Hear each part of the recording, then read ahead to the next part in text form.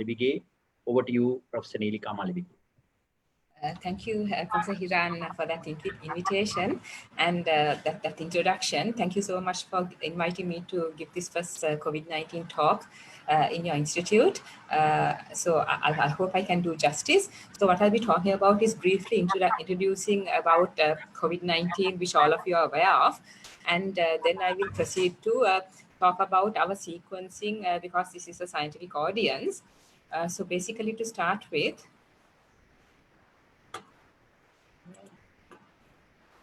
okay.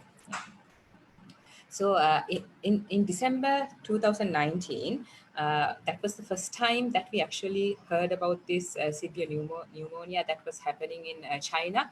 And at that time, we thought, okay, it's something terrible going on in China. Never at that moment did we think that we will be facing this situation today.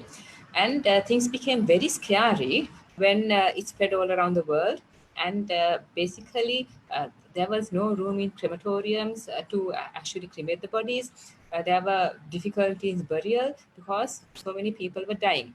So there was this scary situation, and we thought, okay, this won't happen to us. But unfortunately, today we are not there, and hopefully we will never ever experience what other countries experienced over the last few months, like mass graves, so many people dying. I hope we'll be able to control it. But just to let you know that viruses just pop out of nowhere and cause all these pandemics. So I just want to highlight the transmission patterns and because I think it's important to learn this, because we know that this is not the first and this is not the last that we will face in our lifetime. That is, if we still survive through this. I mean, we will, all of us definitely will. So let's not worry about that. But now coronaviruses. So coronaviruses haven't had much attention until the year 2003 because it was something that caused common cold, and common cold is something that all of us have got. But then certain coronaviruses, the first time in 2003, the SARS virus was recombined, a bat virus, and there was intermediate host, and it was recombined in the intermediate host, and we got the SARS virus. Years later, in 2013, we got the MERS virus. So again, a bat virus got into a camel, and because of the close contact of the camel and human, the humans got MERS. MERS is still around, but never reached Sri Lanka. Now, this particular virus, SARS-CoV-2, we know it originated in a bat, and we think the intermediate host is a pangolin, but nobody has identified that with 100% probability that definitely it is a pangolin virus. The intermediate host is a pangolin. So, and of course, we recently got to know that in Denmark and in some other countries, the SARS-CoV-2 also got into minks, and there was a certain mutations happened. So there was a slightly different viral strain that also infected humans, which originated in minks. So we are talking about not so pleasant viruses, and unfortunately, this will stop from there, and we won't get any other viruses getting into animals and causing mutations as such and reinfecting humans. Now, just a bit about the SARS virus. I'm just trying to get this out. So the SARS-CoV-2 virus, it looks like a crown. That's why it's called a coronavirus, coronation. And so this is envelope virus. And because of that, it is susceptible to detergents. So all this hand washing, soap, everything kills the virus because it gets rid of the lipid envelope. So it has this spike protein, which binds to the receptor which is a receptor binding domain, which binds to the ACE2 receptor in humans. And that's how it initiates infection. And of course, there's the genomic RNA inside the virus, and it has membrane protein, nucleocapsid protein, and many 16 non-structural proteins. So all of you are familiar with the current situation in Sri Lanka, the sudden increase in COVID-19 cases. And as you can see, so we call this the first wave, but actually actually speaking, we never experienced a first wave. We got a few cases, about 60 cases, and as soon as we had 60 cases, we went to a very prolonged 2-month lockdown. And of course, during the lockdown, we had a little bit of cases in the CMC area. We got the Navy outbreak, and then the country opened. But this cluster is because of the Middle East returnees. And then we got the Kandahar, this is the Kandahar cluster, this is the Middle East returnees cluster. Again, these were quite confined and never spread all around the country. It's only since the beginning of October, we saw this current outbreak happening in Sri Lanka. So the question is, when and how is the virus transmitted? So I think everybody wants to know, if you're exposed to somebody, when are you likely to get infected? If you have got COVID, if you are a person infected with COVID, how long would you transmit the virus to your loved ones? Such things. So, I mean, a lot of research has been going on in this area, because we've sort of been dealing with this virus for now 10 months, because the virus sequence was first released to the world on the 21st of January. And since then, everybody was, so many countries were actively working on this. So this is just how the antibody and the antigen response happens. So after the virus enters the body, there's a variable incubation period, which from around 3 to 4 days to 14 days. 14 days is the sort of stretching it. So most people show symptoms or shed the virus 3 to 4 days after infection. But the important thing here is, so this is, if you call this the time of onset of symptoms, people start shedding the virus about 48 hours before they show symptoms. So a person is infectious 48 hours before they shed the virus. They show symptoms, and they continue to be infectious for about 7 to 8 and sometimes 10 days. So basically, we consider a person infective from 7 to 10 days. As you can see, as time goes by from the onset of symptoms, the amount of infectious viral particles in your respiratory secretions, it could be sputum, saliva, and other droplets, drastically reduces. So there's the peak is at the time of showing symptoms, and the viral loads or infectious virus particles in your respiratory fluid drastically reduces over time and sort of becomes zero around day 9. But the PCR is a different thing. A PCR detects nucleic acid. So, and irrespective of whether this RNA, whether the nucleic acid is from a live virus or a dead virus. So the PCR can detect this nucleic acid for a long time. This is in a nasopharyngeal swab and in sputum for a very long time. So as you know, in Sri Lanka, until quite recently, in order to discharge a patient from hospital, you had to have 2 negative PCRs 24 hours apart. So because of this, some people were in the hospital for even 72 days. And some of them were completely symptom-free for about 60 days, which is 2 months. So 2 months they were symptom-free, but they were stuck in hospital for like 72 days, and quite a large number over 1 month. Because people were not people were not allowed to go home until they became PCR negative. But of course, and this led to a lot of psychological problems, because imagine being in a hospital without being able to see your loved ones in any other illness. If you're in hospital, your family comes to see you, bring you food to eat, but here you can't have contact with anybody, and you're completely okay, and nobody stays in hospitals for months and months.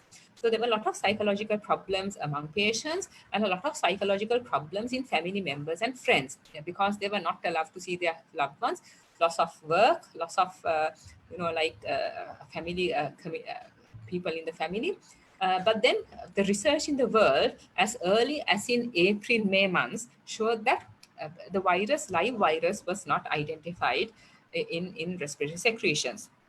So many studies were done that show that, and this was why the discharge criteria in Sri Lanka was changed, and asymptomatic and symptomatic or mildly symptomatic individuals are sent home after 14 days, just to be sure.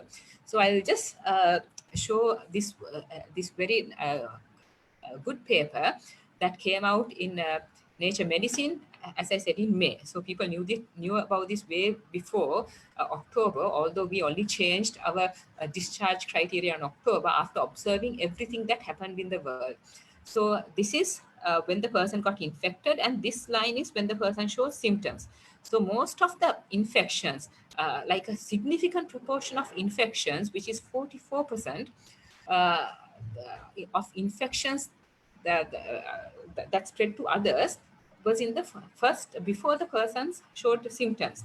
So let's say if I show symptoms today, I have been infecting everybody I met during the last 2 days, 48 hours before that. And the viral loads peak at the time of showing symptoms and becomes almost zero around 8 and after 10 days, basically, there is no infectious viral particles. And this is another very intricate study done in Taiwan. And here they show the household, non-household, family, healthcare, and others who came into contact with individuals who showed symptoms. So those family contacts who came into contact in the first few days, as you can see, some of them got infected, family contacts, household contacts, healthcare contacts. But after 5 days, after the person had symptoms for 5 days, and if a family member came into contact with them, nobody got infected. If non-household members came into contact with them, nobody got infected. If it was a healthcare setting, if the patient has been showing symptoms for over 5 days, nobody got infected. So basically, after 5 days, the infection was not spreading to others. It was during the first 5 days that these patients were spreading the infection. So, but this is only about patients with mild symptoms or those who are asymptomatic. Those who have severe illness, in other words, those who have pneumonia or those who have a problem with the immune system, you call them immunocompromised individuals, they have shed infectious virus for weeks. So all this is for asymptomatic or people with mild infection. And this is a study in emerging infectious diseases from one of our own Sri Lankans, Professor Malik Piris, his team. And they have shown that the cultural virus was basically only within the 7 days. So they have done the viral copy numbers. So as you can see, some patients had very high viral copy numbers, even in day 50, 60, close to 70 days. Okay, so during such a long time period, they do show high viral loads, but after 10 days, there was no infectious virus particles in their sputum. And this is very interesting, and this has led to a lot of problems. This was also seen, this is not something unique to the SARS-CoV-2 virus. It was also seen with the SARS virus and also the MERS virus, which are similar viruses to the SARS-CoV-2 virus. And because of this, so basically after 10 days, people do shed the virus, although not infectious, and they shed it intermittently. So today they can be shedding the virus, but for 2-3 days they may not be shedding the virus. Again, they may start shedding the virus again for like 2 days, then no shedding virus for 5 days. So it goes, so you call this intermittent shedding, which was not, it is not unique to this virus, but was also seen in viruses of the same family, like the SARS virus and the MERS virus. So this also leads to a little bit of confusion in diagnostics. So because although you have no infectious virus after 10 days, people are still PCR positive. So during this time period, if you do a PCR on, let's say, day 14 on a person, the PCR would be positive, and but the patient might not shed the virus on day 15. So if you repeat the PCR on day 15, it might be negative. So the person might not shed the virus for 2 or 3 days. So then you do repeated PCRs on day 2, 3, it might be day 15, 16, it might be negative. On day 18, the person might be positive again. So this intermittent shedding is well characterized, and of course leads to these problems of, is the person positive or negative, which test is correct, to all these problems. But when you do understand the dynamics of the virus inside a human body, you understand that this is the pattern that is seen. So in Sri Lanka, we were doing a lot of PCRs for IDH, the National Institute of Infectious Diseases, And we were doing repeated PCRs to let the people be discharged from hospitals. So sometimes we did 12 to 15 PCRs on the same person. But for them to go home, they had to have 2 PCRs negative 24 hours apart. So let's say today PCR is negative. So another sample is sent from the same person the following day, but that becomes positive. So then the patient can't go home. So you wait for another 3 days, send another sample to see if it's positive or negative. And so this pattern goes on. So we saw this characteristic pattern of being positive, then a few days negative, positive, negative. And this is not our findings. This is well described in so many studies everywhere in the world. So that is about that. But infectious virus particles are only seen early in infection. And another important thing is who spreads the virus. So importantly, I mean, everybody, there's a lot stigmatizers, all these COVID patients. Most Sri Lankan society sees these COVID patients as terrorists. If you see them, you run a mile. And actually, this study, which was published in Nature Medicine, a very detailed study, showed that 69% of patients with COVID did not transmit the infection to anybody else. Okay, so just because you're infected with the SARS-CoV-2, that doesn't mean that you have equal amounts of virus in your respiratory secretions. So if you have very less virus or suboptimal infective dose in your secretions, then just because you're positive, and even if you're in the first 5 days or 7 days of spreading the infection, you might not be spreading the infection. So about 69% of cases did not transmit the infection to anybody. But 19% of cases were responsible for 80% of transmission. So it's like 20% who transmit to 80% of people. And these individuals are called super spreaders. Because these super spreaders, now who is a super spreader? So super spreader is somebody who usually has a very high viral load in their respiratory secretions.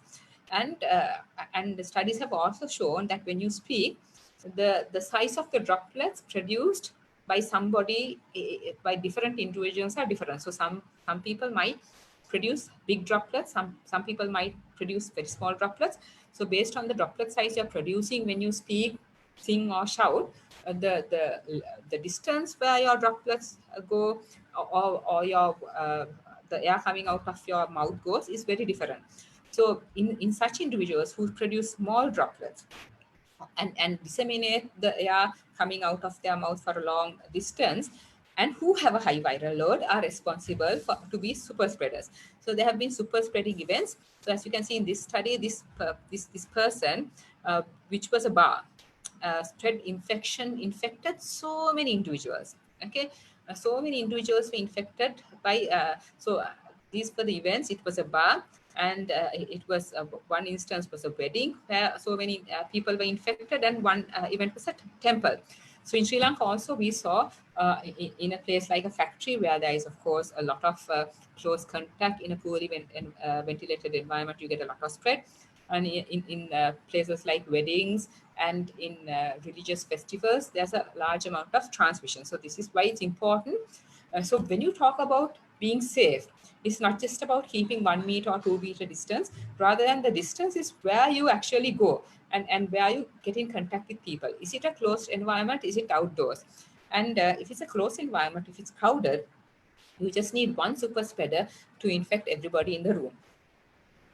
Okay, now let's just get into sequencing. So now, what can we understand about sequencing? First of all, the origin of the viral strains. So now with the sequencing of the virus, we know whether it came from a bat, whether it came from a, okay, we don't know whether it came from a pangolin for certain, but we definitely know it came from a bat. So the origin of the virus. And of course, this is a new virus. So in the initial stages and even now, you need to know how rapidly the virus is mutating and whether it has implications for transmission or virulence. So for instance, even recently we saw the virus going into a mink, causing a little bit of mutation, and now we've got a little bit of a different virus in the mink strain. And also how well you're containing a particular epidemic. I'll explain what I mean by that. And of course, analyzing mutations is important. So the SARS-CoV-2 virus is quite a stable virus because it mutates at a rate of 2 nucleotides a month. So because it's 2 nucleotides a month, if you have the original virus strain and if you have a current virus strain, you can see how old that virus is. And then you can also find if there are multiple introductions, local transmission versus imported cases in a community, and whether there is low intensity community transmission or high intensity community transmission just by sequencing viruses. So these are important not just to understand disease, but for epidemiological purposes. So now what we did is we sequenced viral strains right from the beginning of March. So we sequenced these initial people who came from different countries, viruses from them. Then of course we had this CMC cluster in the Kotehena, Bandaranayaka, those areas. We sequenced them. Then we sequenced this cluster, which is the Middle East cluster. Then the Kandakadu cluster, we sequenced those viruses. And of course, we sequenced viruses from the current cluster, not a cluster, but maybe, like an outbreak. And we are still ongoing because it's a big outbreak. We have to do a lot of sequencing to really understand what is going on and how this current outbreak is evolving. So this is a beautiful website, this Next Train, where everybody in all countries upload their viral sequences here into the Next Train, so that you can compare your viral sequences with the viral sequences all over the world, so that you know what is happening to your virus, is there anything different to viruses in other countries, and also do all this analysis. So, and then there is GIS aid also, and according to the GIS aid, which is the main SARS-CoV-2 virus strain site, we have there are 7 major strains in the world, and so in the world the major strain is GH, GR, and all those things are there. In Sri Lanka we have quite a bit of O and this GH strain, but we don't have the VS and L strain, which were never found in Sri Lanka. And so this is how the viral strains evolved over time in the world, in Asia, and in Sri Lanka. So this GR strain we saw early in Sri Lanka, but then it disappeared. So the dominant strain is of this GH strain. So that is one way of classifying it. So there are unfortunately people in the world classify this virus into different lineages, different ways. It's quite confusing. So this method of GH, GR, that is one method of classification. And then I'm just showing you the date of our viruses when you classify according to that.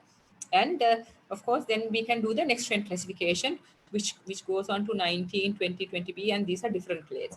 So these blue dots are the viruses we sequenced earlier, and these are the current virus sequences. So I'll talk more about what I mean.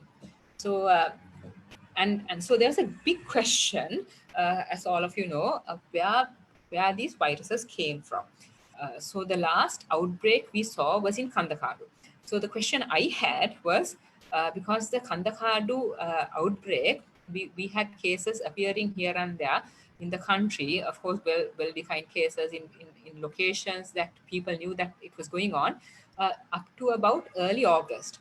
So my question was, did the virus then just go into low level of transmission, and did the Kandakadu virus remain in the society hidden, and then did it suddenly emerge in middle of September? Because although we identified that patient, the first Minuangoda patient, on the 3rd of October, when you look at the history, that factory had individuals going into that factory have been showing symptoms since around 18th of September. So from 18th of September, so the Kandakadu outbreak, the last patients were seen around 5th, 6th of August to 18th of September. So that is one possibility. You see, the Kandakadu viruses being in Sri Lanka and then spreading to Minuangoda and causing the epidemic. But these are the Kandakadu strains.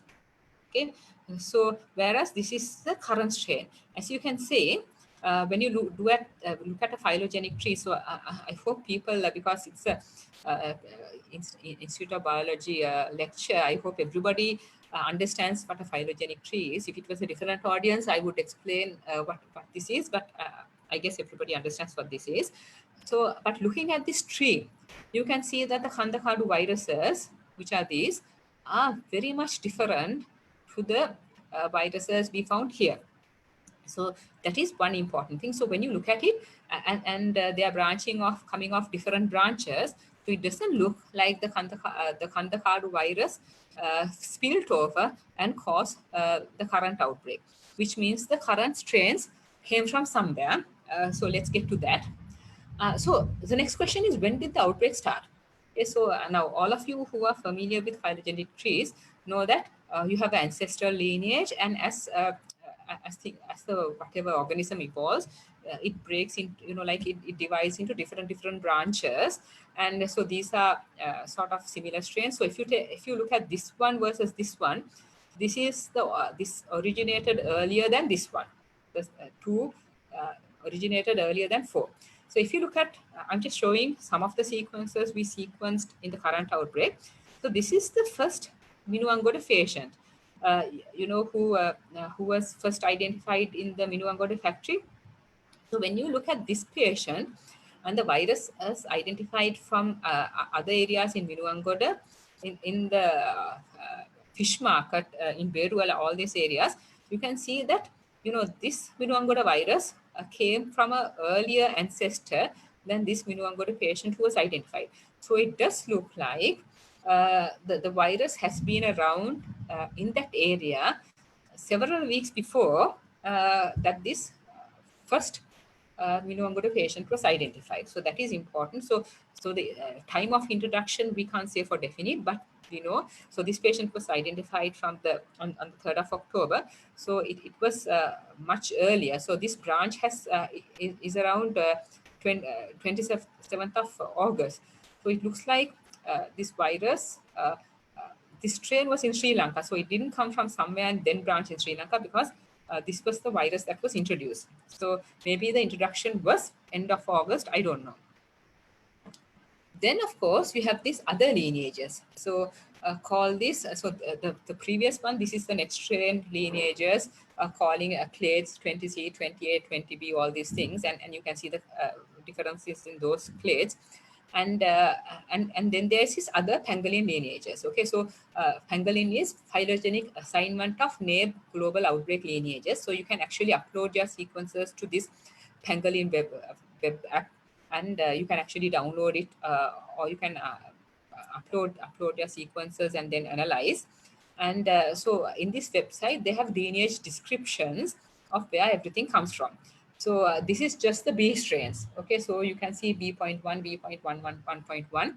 Okay, so B.1.1.8 is Indian lineage. This is Australian lineage, UK lineage. Okay, so so basically ours was a B.1, which is a large European lineage that corresponded to the Italian outbreak. So that doesn't mean that the virus came from Europe at all.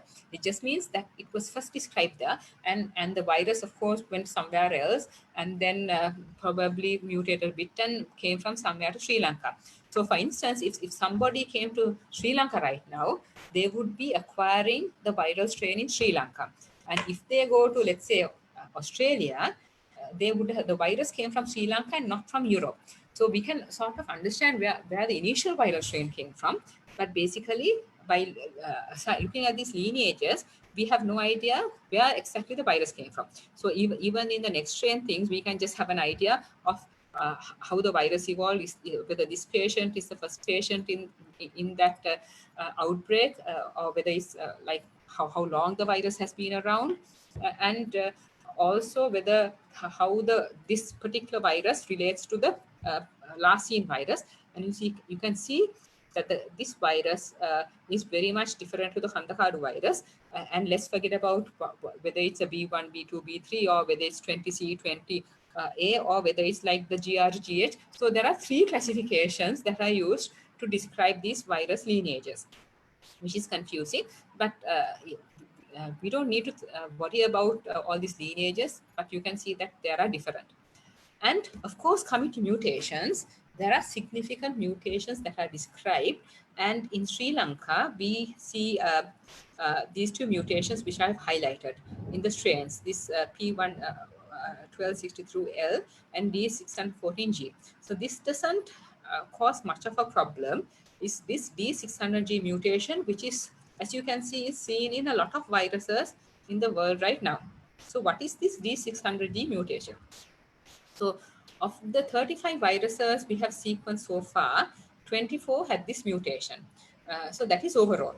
But if you look at the current, we only sequenced 16 viruses in the current outbreak. We are doing more sequencing very soon. So 15 had this mutation. And you can see the D614, which was the initial strain, is replaced by this G614 strain everywhere in the world. And so the difference is the D600 strain, the initial strain, uh, the viral load produced by the initial strain is very different from this G614 strain. The individuals infected with the G614 strain produce much more viral load than individuals infected with the D614 strain. Okay, so now a good mark of this viral load is the CT value. So you know that we do PCRs and we do real-time PCRs to diagnose COVID, and the CT value is where the nucleic acid is amplified, is called the CT value, or the cycle threshold, where it is amplified. So the CT value is inversely proportionate to the viral loads. So in the in March, April, and even in May and throughout, basically until recently, most of the patients who were positive had viral loads, CT values above 30. Rarely, some of them had viral loads in their 20s, and maybe very low viral load would be like CT cycle 22. It was basically, we didn't see individuals with CT values less than 22. But now, during this epidemic outbreak, we see lots of individuals with viral loads with CT values 11, 12, 13. So, so because of this, we have lots of viruses for sequencing. You can't sequence any virus. So, so when the viral load is CT values are around 25 or more, the viral load is not adequate. So such samples are not good samples for sequencing. So we had to really wait to find good samples for sequencing in the early outbreaks. Although we had a lot of positives, we didn't have suitable samples. But now we have lots and lots of samples because so many individuals have CT values around 12, which is dangerous for us, which means they have high viral loads and a very high possibility of transmission. And so there is this, and about virulence. Now, nearly all of the viruses in the world have equal virulence. I mean, this D614G mutation causes increased transmissibility, but it is not associated with more severe disease. So basically, all viruses have equal disease severity, except for this variant found in Singapore. So this Delta 382 variant was associated with very less severe disease, but we don't have this in Sri Lanka. So, okay, coming to just the last few slides. So how do we use sequencing to identify the extent of community spread and contact tracing? Okay, so now if you have so many different types of strains circulating in a society, that means there is extensive community transmission. So this is a study from Iceland, and you can do contact tracing. So you can see this person has been infecting all these people because the strain is exactly similar in these individuals. This person has been infecting these individuals because these viral strains are exactly similar to the original person. So by actually sequencing, you can find out where the person got the infection from. So this is, of course, beyond. I mean, in Sri Lanka, we can't use sequencing to actually do contact tracing because it's expensive and we don't have that much of resources. For PCRs alone, we spend 60 million per day, and that's a lot of money for Sri Lanka. So this is another study which shows how the person responsible for various outbreaks. As you can see, this is one person responsible for these infecting these individuals. This person was responsible for infecting these individuals. So you can actually trace do contact tracing and find out where this epidemic outbreak originated, and to study what is happening and to take appropriate control measures. So I have come to the end. So this is our team who, the people who are doing sequencing, loading it. And these are, we have two sequencing for targeted sequencing, and we have got the ISEQ, and this is for whole genome sequencing, metagenomics. We have this one. And so these were the individuals who were involved in the sequencing. Dr. Chandima Jeevankar, who is my colleague, who is very active and doing this. Dr. Deshni Jayatilaka, who is a postdoc in our lab. Mr. Laksiri Gomez, who is a senior scientist who has been working in our lab for 12 years. Dr. Dinuka Ariyaratna, who is a PhD student. Dr. Ananda Vijayvikram and Dr. Malika Pannaratna from ITH, who provided some of the samples which we did not have, especially the Kandakadu samples and the early samples of the Winongada cluster. Professor Graham Mogg, who is my mentor and helping us with everything. Mr. Dianath Ranasinghe, who did all the bioinformatic analysis. And I would like to thank everybody, all our funders who are supporting our studies on COVID-19. So our COVID-19 studies are supported from all these funding organizations. Thank you. I would like to take any questions.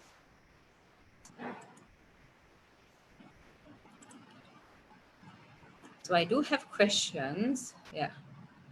Thank you very much. I think Professor Deepika, there are some questions on the from the chat box. Can you take the Professor Neelika, or there's yeah, Professor Neelika, I will direct. There are two questions coming from the audience. After that, the audience can ask direct questions. Yes. One asks, is this virus transmitted through a fecal-oral route? There was talk, yes. I think, a news. Yes, so that is an important question, because now the virus infects through the respiratory route, but later on in infection, usually after day 3-4, the virus is also found in especially after day 5, the virus is also found in fecal matter. So, and the amount of virus in fecal matter is not an infectious virus. I mean, there's a lot of viral particles in fecal matter which are non-infectious, but people have identified infectious virus particles in fecal matter and in sewages as well, untreated sewage in other countries. So whether the virus can infect with a fecal-oral route, that is a question. So people haven't proven that it can infect through the fecal-oral route, but because it is contaminating sewage and untreated sewage, and so there is a question of whether it can be spread through the fecal route.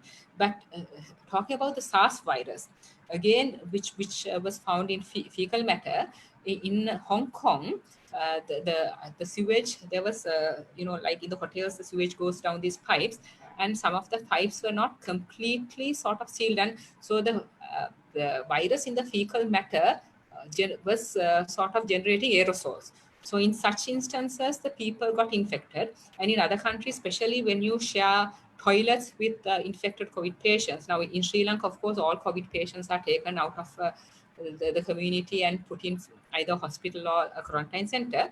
But if in other countries where people with symptoms who don't have severe illness stay inside their houses, and if they only have one toilet, it is advised to close the toilet lid when you flush so that you don't generate aerosols.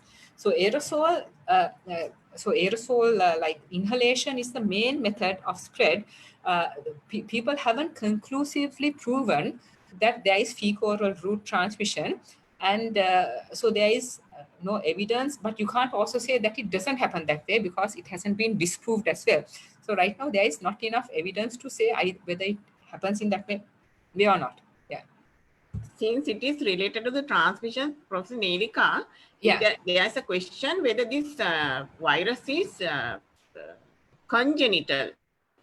Is there a way of congenital transmission from mother to fetus? Can you please from mother to fetus. So actually, so during birth, of course, there have been enough babies who have become positive during birth. So so that you can't call that so that is perinatal.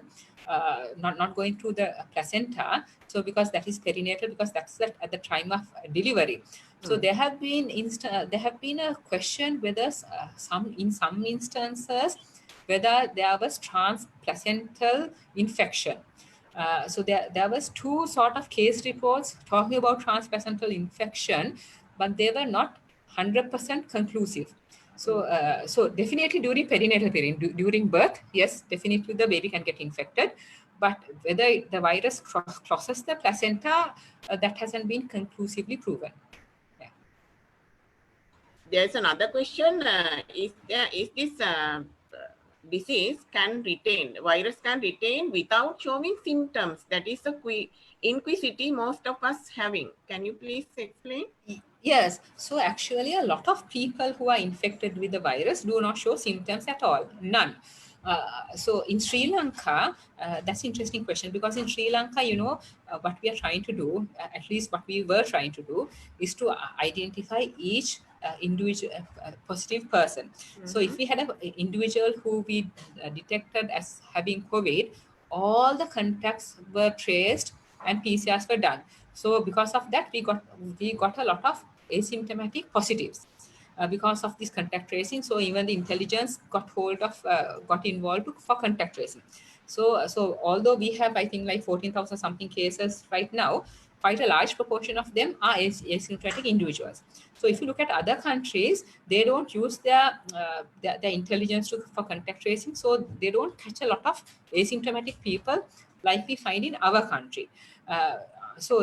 But studies in elsewhere, like zero surveillance studies, have shown that that there are so many infected individuals. Like even a zero survey done about 3 months ago in India, in the slum areas, Mumbai slum areas, it was shown that about 57% of those in the Mumbai slums were infected, but only a few had shown symptoms. So and the WHO has sort of estimated that around 10% of the world population has been infected. So 10% of the world population is 710 million, whereas the reported number of cases is like 50 million. So so you can see that because it depends on who you test, and how so in Sri Lanka right now, we don't have the liberty to test each and every person. I think, I mean, like we did contact tracing earlier, because of the number of patients we are getting positive every day. And in Western countries, of course, they don't check asymptomatic individuals at all. So they are most of their numbers are symptomatic individuals. Professor Nilika, in an organization or even the university or in a company, in case if there is a suspected person gathered, and we normally go for PCR, those who exposed. And there's a question coming from the audience: what should be the exact or the best day to perform the PCR? Is it 1 day or within a week or 2 weeks? Yes. So if you are exposed to a positive person, usually you should not do a PCR for at least 5 days. So doing a PCR the next day is completely, you're not going to catch any infection, any person who is infected, because there's a thing called incubation period. So after being exposed to somebody, to actually get the infection, it takes a few days. So this is why after you become exposed to a positive person, you have to wait at least 5 days before you get a PCR done. Yeah.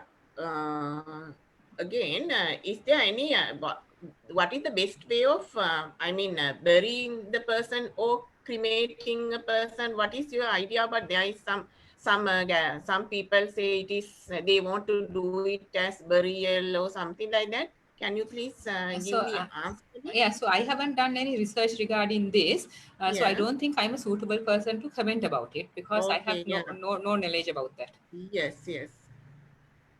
Then there is a question coming from the audience again. Is there any relationship in the mutations of the gene of the current strain leads to both high transmissibility and the increased viral load? Yes. The relationship. Yes. So as I showed in my slide, because of this particular D600G14G mutation, that results in high viral loads in respiratory fluids. Okay, so when you have lots of viral loads in respiratory fluids, maybe 10 times, 100 times more viral loads, or even 1,000 times, because we are talking about log increases, Then when you have so much more viral loads in your respiratory fluid, then of course there is much more transmission than you have low viral loads. So because of this particular mutation, of course, we have higher viral loads in respiratory fluid and much more intense transmission. Yeah, again, if you are going for random testing, which method you recommend? Or I mean, according to your knowledge, it is PCR or rapid test? Okay, so that's a good question. So it depends on the prevalence. Okay, so now if there's a high prevalence in a community, let's say that in a particular community 10% of people are positive. Okay, that's a 10%. That's a large proportion of individuals being positive. In such instances, I mean, doing PCR is not really worth it. And in such instances, you don't actually do rapid testing also.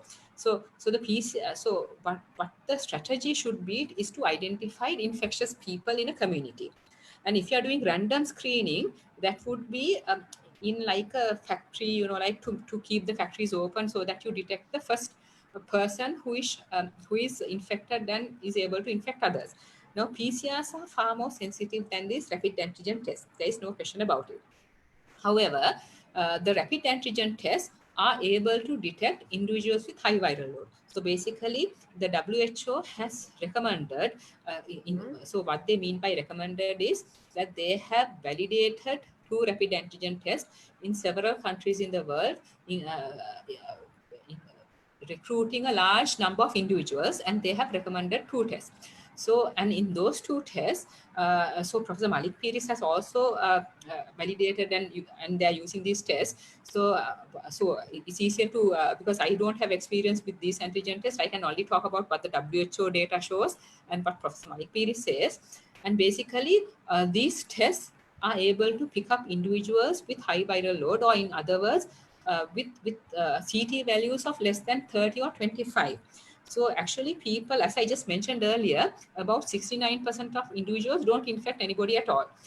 So when you are trying to do contact tracing and identifying people, you want to find people who are going to infect others. If there is a positive person who is not going to infect others, I mean, that's fine. That depends on your strategy. So right now in Sri Lanka, so it has to be situational. So right now in Sri Lanka, we have a massive outbreak in Colombo and so many areas. So what we need to do now is identify every person who can spread the infection, because we don't want to leave a single person out there who can be spreading the infection.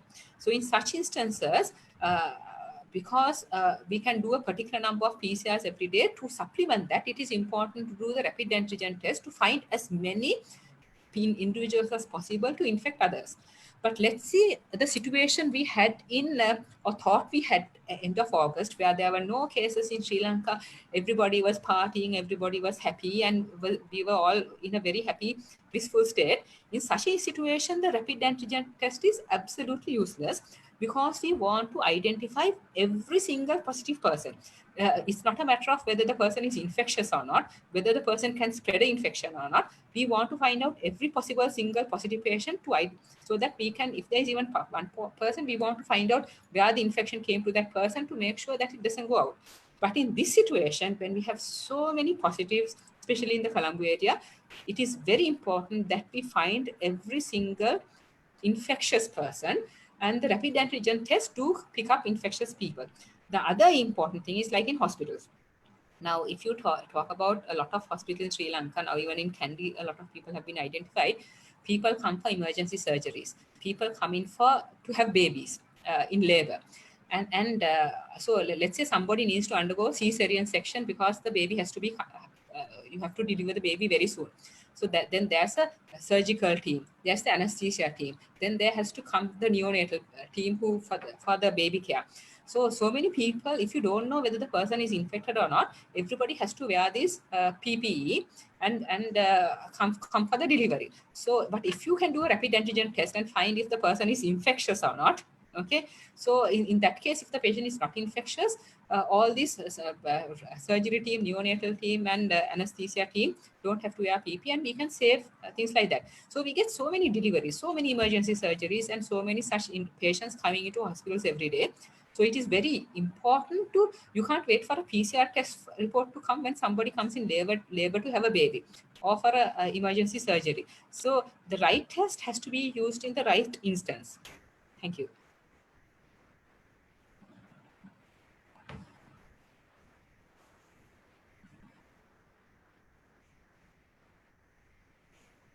Professor Deepika, Yeah. Based on your genomic studies, is it possible for two different lineage of viruses to survive in one host? Two different lineage. Yeah, so that we haven't found this in Sri Lanka. Yes, so so this has happened in other countries. Now I'll give an example. If you take somewhere like US, so many people come from different countries. So let's say you're working in a hospital of like New York. There may be people coming from China, people coming from, I don't know, Italy, people coming from South Korea, who are in the same ward.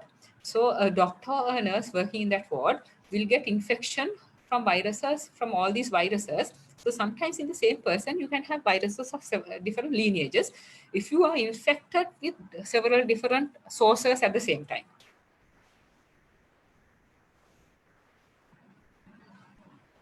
I think according to the gathered information, someone can say in Sri Lanka, the death rate, I don't say it, death rate is lower. And is there any reason for that? Or whether that question is correct? Yeah, no, yes, yeah, so yeah, death rate. So yeah, so in other words, why are people in Sri Lanka dying less? So I will answer that question. So now, as I said, this 14,755 or something like whatever number positives in Sri Lanka right now, quite a lot of them are asymptomatic people.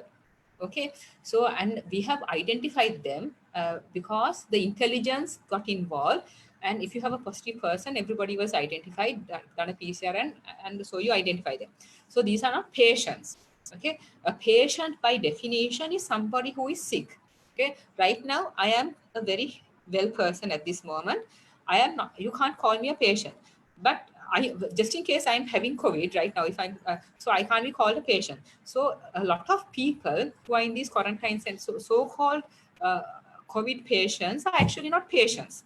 Okay, they are healthy human beings who have been infected with the virus. So even in dengue, you have so many asymptomatic people, you don't call them patients. So in Sri Lanka, although we have 14,500 something, some positives, only about 3,000 or 4,000 of them, or even like around 3,000, 3,500 of them are symptomatic or show, or you can classify as patients. So of those 3,500 or something, I think now 42 people have passed away. Okay, so when you take 42 out of 3,500, we have the same death rate or the mortality rate as other countries. The rest of the people are not patients. So I know every day for news you see 500 something people got cured and went home, 700 something people got cured and went home. First of all, they were never ill to be cured. Okay, so tomorrow I can't say I was cured because today I was never ill. So you have to take our numbers in that context. So our mortality rates are similar. They are not as 6%, 9%. So in Italy at one time point, it was about the mortality rates were like 6%. In such individuals, in those days, only very symptomatic people were identified. PCRs were done on only very symptomatic people. So everybody else, PCRs were not done, and those cases were not identified. Okay, so you have to understand what your denominator is. Thank you. Yeah, then there's a good question. Is there a minimum dose of virus to have one get the infection? Minimum dose of virus. So the minimum dose of virus is thought or short of shown, not conclusive. I mean, these are ongoing studies. So it is put as like 100 viral particles. Yeah, but it can be different from individual to individual, I think, because an immunocompromised individual might be infected with less viral particles, whereas somebody who is very fit and has a good mucosal immune system might need 200 particles for infection. So it can vary. So when you say 100 viral particles, that is sort of the mean. Yeah, again, usually all the people who get the virus do not show symptoms, but Younger people, those who do not show symptoms, is it possible to get internal organs affected due to the virus so and all cause of death? yeah, so older people actually show symptoms. Okay, so so basically it's the older people who show symptoms. There are children who it's the younger people who show less symptoms. So the older the person is, the more likely to show symptoms. And of course, although it's a respiratory illness, you get a pneumonia, and that is one of the main causes of death. In autopsy studies, the virus particles have been shown in the liver, spleen, intestine, everywhere in the body, especially in the reticular endothelial system. Yeah, is this virus be able to transmit through conjunctiva? Yes. Around the Yes. mucous So membrane? this is why yeah, in person PPE, personal protection equipment, everybody wears goggles, because the virus just go through the conjunctiva.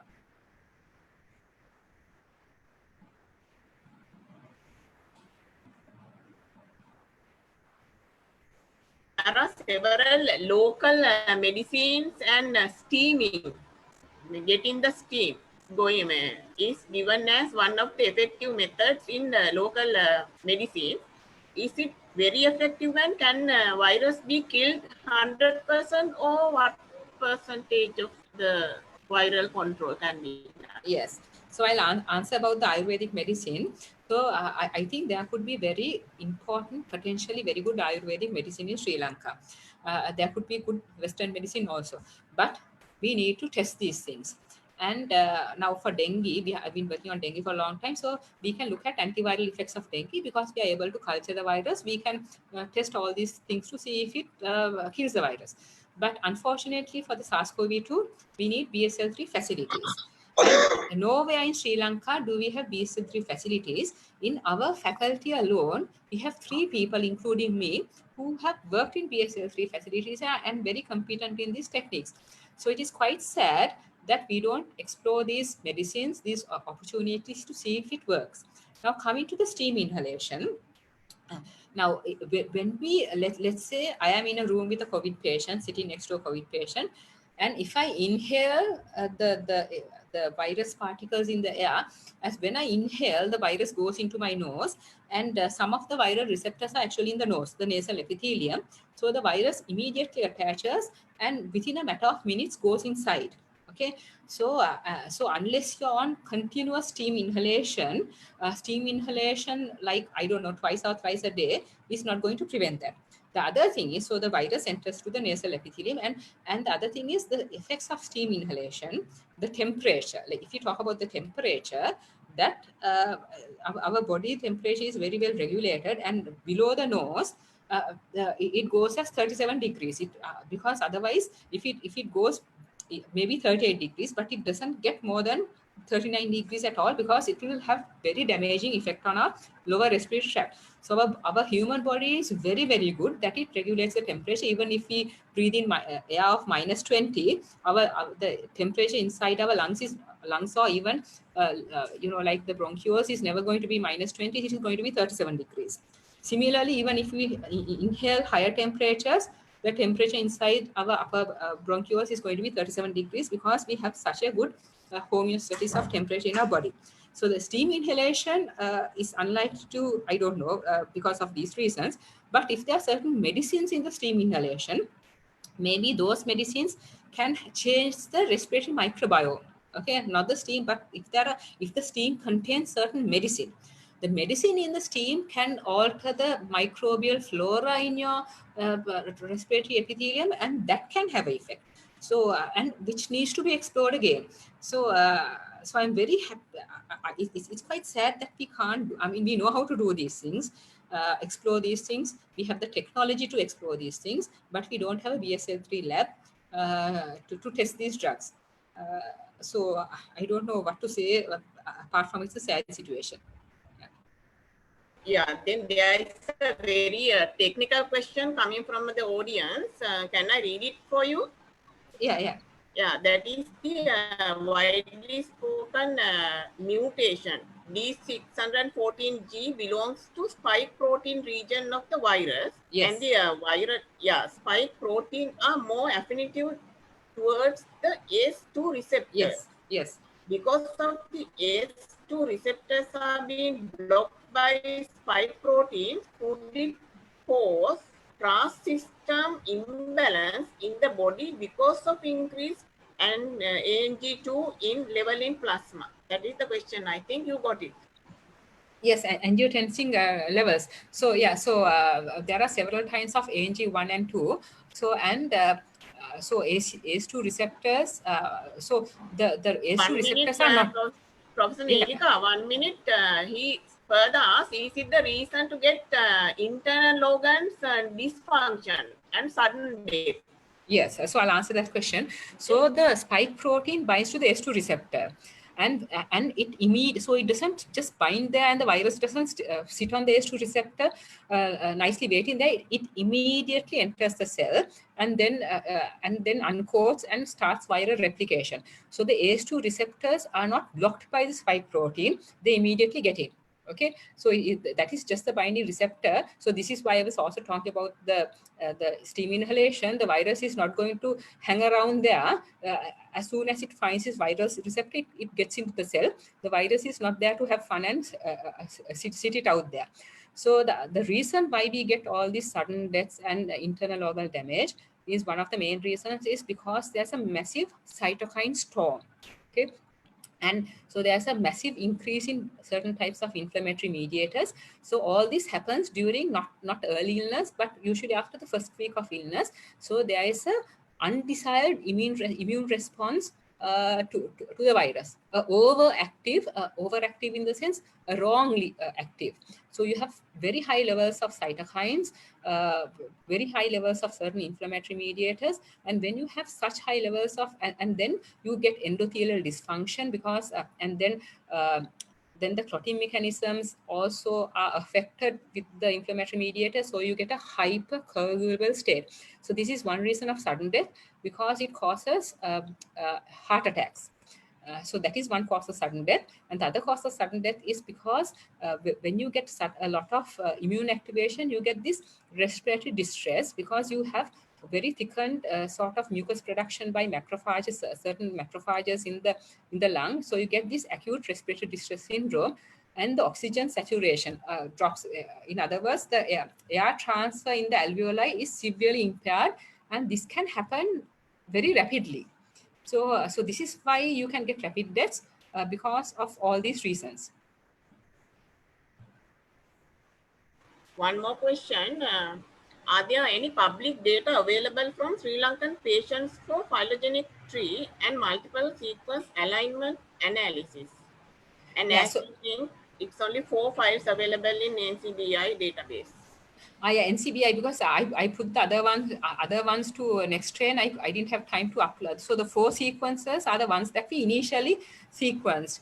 But then I haven't been a good person and put it to NCBI as well. I will upload everything there. So maybe in the next week or so, it will be available at there as well. I didn't actually, completely forgot about it. Sorry. So because I uploaded to next train, but not to the other site, I will do that.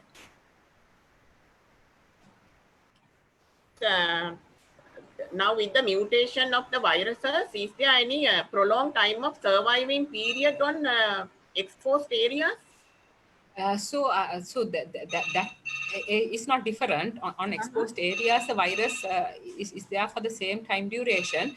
It's just that the infected people who disseminate the virus, they disseminate more virus than people who are infected with the previous strain, which didn't have that mutation.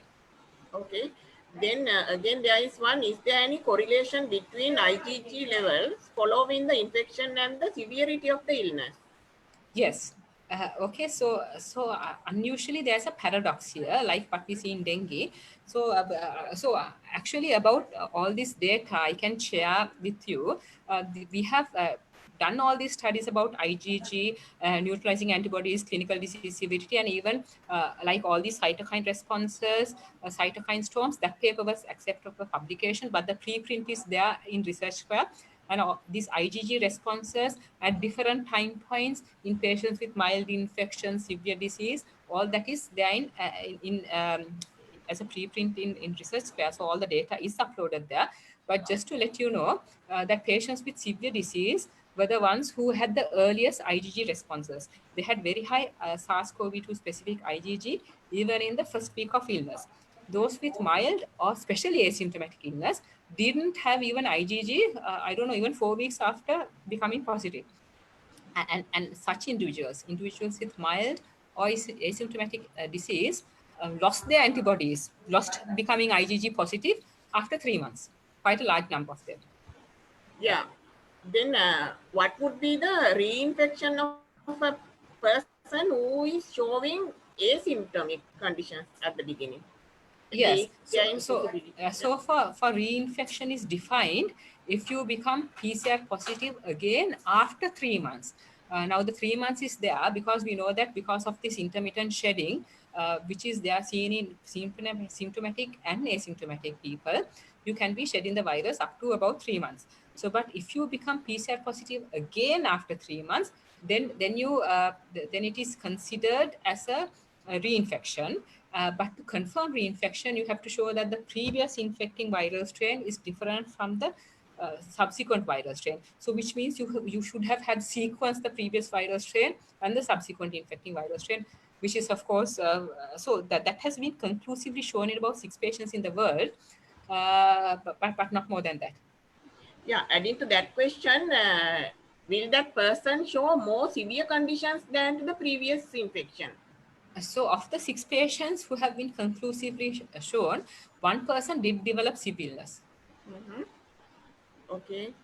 Then another question comes to you, that is, can we perform CT value on each and every person with PCR? Yeah, so in the real-time PCR, with each test, the CT value does come. So when you interpret a result, you interpret the results based on the CT value for the 2 genes.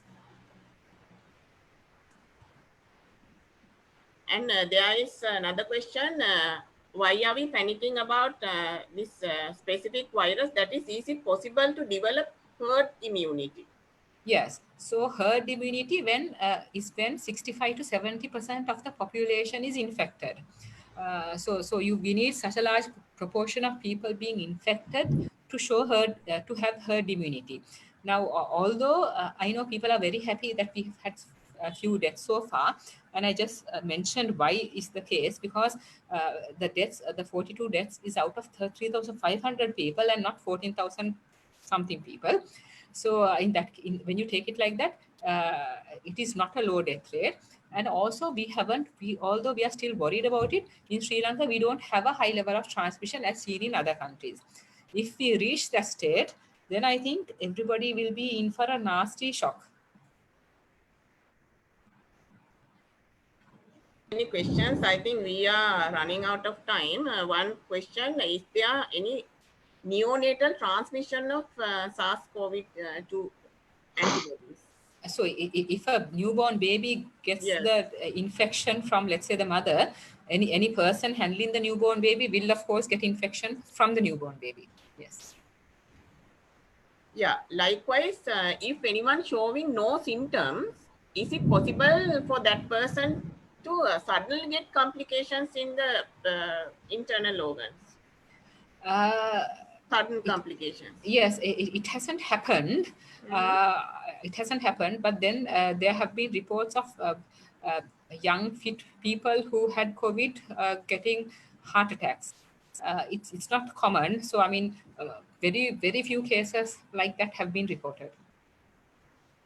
Yeah, again, a very good question. One question, to do experiments or test what you do, like experimental setup, what type of basic requirements necessary to set up a laboratory for testing COVID-19 virus? So you need a BSL-2 facility with class 2 safety cabinets, and of course you need a separate area for extraction, lysis, and sample handling, and a separate sort of hood area for setting up the PCR, and then of course you need a real-time PCR machine.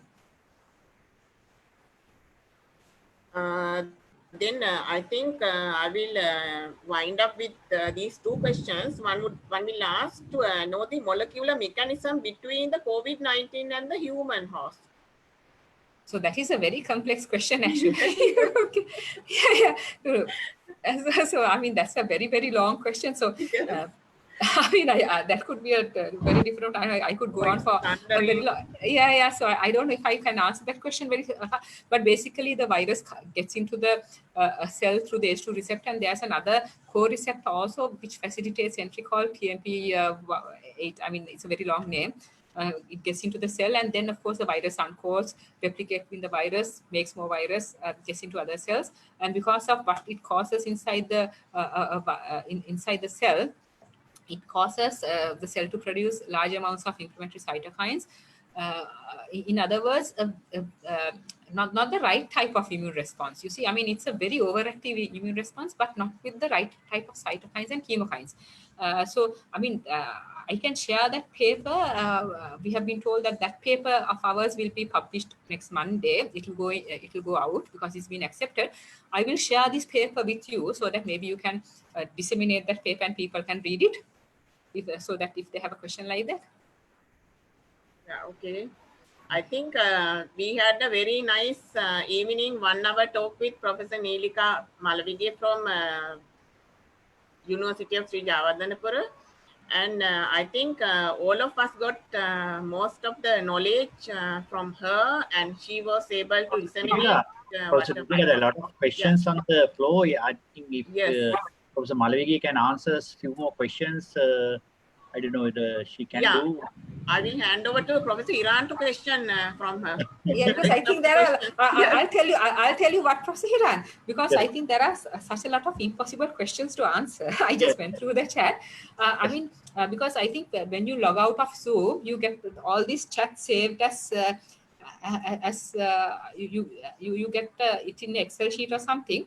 So if you can send these questions to me, then I can send the relevant information, and maybe I can write the answer in front of the question in that Excel sheet. No, we can. You can answer in the Facebook chat. We have a Facebook live. Okay. I'll do that, because otherwise I think there's a impossible number of questions here, like 40 something. Yeah. Professor Iran, if you like, you can raise the most important ones selected. No, okay. I think that's because we are running out of the time also, and we have asked a lot of questions, very important ones you have already answered and very interesting. I think Professor Deepika, we can wind up and saying that the audience to come to join in our future IOB events also, no? Yeah, I think, today we had a very successful talk. We hope to continue this type of newly emerging information to disseminate among our biologists and biology interested audience throughout next year, and hope to get you all involved in our webinar series. And on behalf of the Institute of Biology Sri Lanka and behalf of the Council, I thank the guest speaker, Professor Neelika Malavige, and all the audience who participated here and joined with us. Thank you very much. My pleasure. Thank you. Thank you very much, Professor Neelika. Thank you. And for those who have joined, and so we'll wind up the meeting now. Yeah. Thank you for joining. Thank you.